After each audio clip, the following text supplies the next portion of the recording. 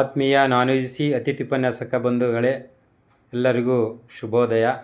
ನಿನ್ನೆ ಒಂದು ಪತ್ರಿಕೆಯಲ್ಲಿ ಪ್ರಕಟಣೆಯನ್ನು ನೋಡಿದ್ರಿ. ಹಾಗೆ ವಿಧಾನ ಪರಿಷತ್ತಿನಲ್ಲಿ ಮಾನ್ಯ ಉನ್ನತ ಶಿಕ್ಷಣ ಸಚಿವರ ಒಂದು ಸ್ಪಷ್ಟತೆಯನ್ನು ಎಲ್ಲರೂ ಗಮನಿಸಿದ್ದೀರಿ. ಒಂದು ವ್ಯವಸ್ಥೆ ಅಂತರೂ ನಮಗೆ ಆಗಿ ನಿರ್ಮಾಣವಾಗಿದೆ. ಹಾಗಾಗಿ ನಮ್ಮ ನಾನ್ ಯುಜಿಸಿ ಅತಿಥಿ ಉಪನ್ಯಾಸಕರ ಪರವಾಗಿ ಸರ್ಕಾರಕ್ಕೆ ಅಭಿನಂದನೆಗಳನ್ನು ಸಲ್ಲಿಸೋಣ. ಜೊತೆಗೆ ನಾವು ಈ ಒಂದು ವ್ಯವಸ್ಥೆ ಬಗ್ಗೆ ನಮಗೆ ಒಂದು ಮಾಹಿತಿಯನ್ನು ಅವರು ನೀಡಿದ್ದಾರೆ ಅಷ್ಟೇ. ಆದರೆ ಒಂದು ಕಾರ್ಯಾತ್ಮಕವಾಗಿ ಅದು ರೂಪಕ್ಕೆ ಬರಬೇಕು ಅಂತಂದರೆ ನಮಗಿನ್ನೂ ಸಮಯಾವಕಾಶ ಬೇಕಾಗಿದೆ. ಹಾಗಾಗಿ ನಾವು ನಿರಂತರವಾದಂಥ ಒಂದು ಪ್ರಯತ್ನವನ್ನು ಮಾಡ್ತಾ ಹೋಗೋಣ. ಮುಂದಿನ ಶೈಕ್ಷಣಿಕ ಆರಂಭದಲ್ಲಿ ನಮ್ಮನ್ನು ಒಳಗೆ ತೆಗೆದುಕೊಳ್ಳುವಂಥ ಒಂದು ಪ್ರಯತ್ನವನ್ನು ಅವರು ಮಾಡ್ತಾ ಇದ್ದಾರೆ. ಹಾಗಾಗಿ ನಾವೆಲ್ಲೂ ಕೂಡ ಸರ್ಕಾರವನ್ನು ನಿಂದಿಸಿ ಅಥವಾ ಟೀಕೆ ಟಿಪ್ಪಣಿಗಳನ್ನು ಮಾಡುವಂಥ ಒಂದು ಕೆಲಸವಾಗಬಾರ್ದು. ಎಲ್ಲರೂ ಕೂಡ ಒಂದು MLCಗಳ ಮೂಲಕ MLAಗಳ ಮೂಲಕ ಮುಖ್ಯಮಂತ್ರಿಗಳಿಗೆ, ಉನ್ನತ ಶಿಕ್ಷಣ ಸಚಿವರಿಗೆ, ಕಾನೂನು ಸಚಿವರಿಗೆ ಒಂದಿಷ್ಟು ನಮ್ಮ ಒಂದು ಸಮಸ್ಯೆಯ ಬಗ್ಗೆ ಅಥವಾ ನಮ್ಮ ಒಂದು ಸಂಕಷ್ಟಗಳ ಬಗ್ಗೆ ವಿನಯಪೂರ್ವಕವಾಗಿ ಒಂದಿಷ್ಟು ಅವರಿಗೆ ಗಮನಕ್ಕೆ ತರುವಂಥ ಒಂದು ಕೆಲಸವನ್ನು ಮಾಡ್ತಾ ಹೋಗೋಣ. ಎಲ್ಲೂ ಕೂಡ ಸರ್ಕಾರವನ್ನು ನಿಂದಿಸುವಂಥ ಒಂದು ಕಾರ್ಯವನ್ನು ನಾವು ಯಾವುದೇ ಕಾರಣಕ್ಕೂ ಮಾಡಬಾರ್ದು. ಆಮೇಲೆ ನಾವು ಕೂಡ ಅಷ್ಟೇ, ಇದುವರೆಗೂ ನಾವು ಜನವರಿ 12ನೇ ತಾರೀಕಿಂದ ಅನೇಕ ಬಾರಿ ಒಂದು ಹೋರಾಟವನ್ನು ಮಾಡಲಿಕ್ಕೆ, ನಮ್ಮದೇ ಆದಂಥ ಒಂದು ಸಮಸ್ಯೆಯನ್ನು ಹೇಳ್ಕೊಳ್ಳಿಕ್ಕೆ ಹೋರಾಟಕ್ಕೆ ನಾವು ಅನುಮತಿಗೆ ಹೋಗ್ತಾ ಇದ್ವಿ.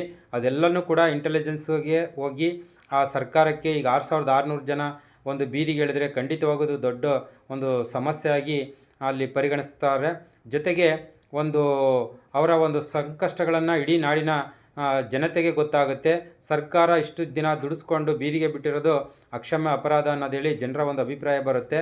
ಹಾಗಾಗಿ ಅವ್ರಿಗೆ ಏನಾದರೂ ಒಂದು ವ್ಯವಸ್ಥೆಯನ್ನು ಕಲ್ಪಿಸ್ಬೇಕು ಅಂತಂದೇಳಿ ಈಗೇನು ಶೈಕ್ಷಣಿಕ ಸಂಯೋಜಕರ ಒಂದು ಹುದ್ದೆಯನ್ನು ಅವರು ಸೃಷ್ಟಿಯನ್ನು ಮಾಡಿ ಒಂದಿಷ್ಟು ಹಂತಕ್ಕೆ ತಗೊಂಬಂದರೆ, ಅದು ನಮ್ಮ ಒಂದು ವ್ಯವಸ್ಥಿತವಾಗಿ ನಮಗೆ ಕಾರ್ಯಾತ್ಮಕವಾಗಿ ಬರಬೇಕು ಅಂತಂದರೆ ನಾವು ಇನ್ನೂ ತಾಳ್ಮೆಯಿಂದ ಇದ್ದು ನಾವು ಸರ್ಕಾರವನ್ನು ವಿನಯಪೂರ್ವಕವಾಗಿ ಒಂದು ಒತ್ತಾಯ ಮಾಡುವಂಥ ಒಂದು ಕೆಲಸವನ್ನು ಮಾಡಬೇಕಾಗಿದೆ. ಎಲ್ಲೂ ಕೂಡ ನಾವು ಸರ್ಕಾರವನ್ನು ಟೀಕೆ ಮಾಡುವಂಥ ಒಂದು ಕೆಲಸ ಮಾಡಬಾರ್ದು. ಮತ್ತು ನನಗೆ ಬಂದಿರುವಂಥ ಒಂದು ಮಾಹಿತಿ, ಈಗ UGC ಅವರಿಗೆ ಸರ್ಕಾರ ಯಾವುದೇ ಥರದ ಒಂದು ಸೌಕರ್ಯ ಸೌಲಭ್ಯಗಳನ್ನು ಮಾಡಿಕೊಟ್ಟಿಲ್ಲ. ಹಾಗಾಗಿ ಹಬ್ಬದ ನಂತರ ಹೋರಾಟವನ್ನು ಮಾಡಬೇಕು ಅಂತಂದೇಳಿ ಒಂದಿಷ್ಟು ಚರ್ಚೆ ಆಗ್ತಿದೆ ಅಂತೇಳಿ ನಿನ್ನೆ ಸಂಜೆಯಿಂದ ಮಾಹಿತಿ ಬರ್ತಾ ಇದೆ. ಒಂದು ವೇಳೆ ಅವ್ರು ಏನಾರ ಒಂದು ಅವ್ರ ಹಕ್ಕನ್ನು ಪಡ್ಕೊಳ್ಳಿಕ್ಕೆ ಅವ್ರು ಏನು ಬೇಕಾದ್ರೂ ಹೋರಾಟವನ್ನು ಮಾಡಲಿ.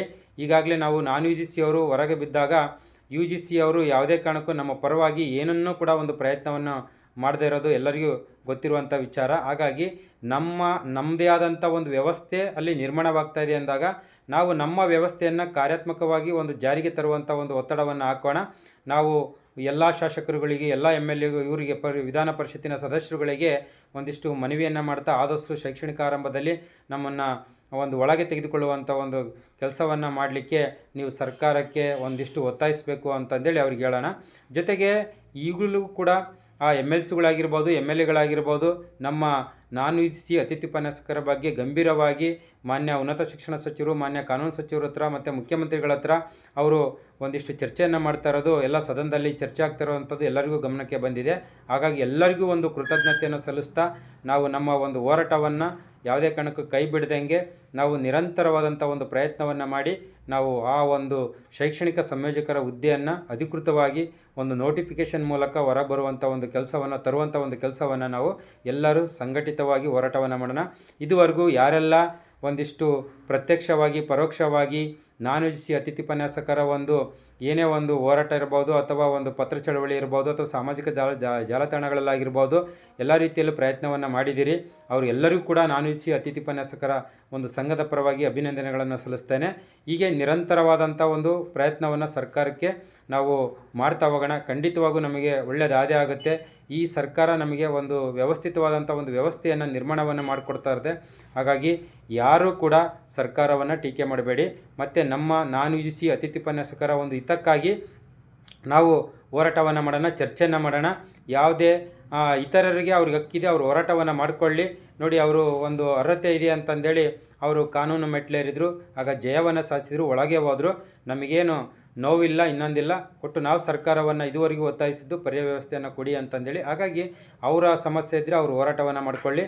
ಯಾರೂ ಕೂಡ ಬೇರೆ ಒಂದು ಸಂಘಟನೆಗಾಗಲಿ ಅಥವಾ UGCಯ ಒಂದು ಪರವಾಗಿ ಯಾವುದೇ ಒಂದು ಹೋರಾಟವಾದರೆ ನಮ್ಮ ನಾನ್ UGC ಅವರು ಅವರ ಒಂದು ಸಂಘಟನೆಗೆ ಯಾವುದೇ ಕಾರಣಕ್ಕೂ ಒಂದು ಬೆಂಬಲವನ್ನು ಕೊಡದಂಗೆ ನಮ್ಮ ವ್ಯವಸ್ಥೆ ಏನು ಬಿಲ್ಡ್ ಆಗಿದೆ ಆ ವ್ಯವಸ್ಥೆಯನ್ನು ಜಾರಿಗೆ ತರುವಂಥ ಒಂದು ಕೆಲಸವನ್ನು ನಾವು ಮಾತ್ರ ಮಾಡ್ತಾ ಹೋಗೋಣ ಅಂತಂದೇಳಿ ನಾನು ತಮ್ಮೆಲ್ಲರಿಗೂ ಒಂದು ಗಮನಕ್ಕೆ ತರಬಯಸ್ತೇನೆ. Thank you. ಧನ್ಯವಾದಗಳು ಎಲ್ಲರಿಗೂ.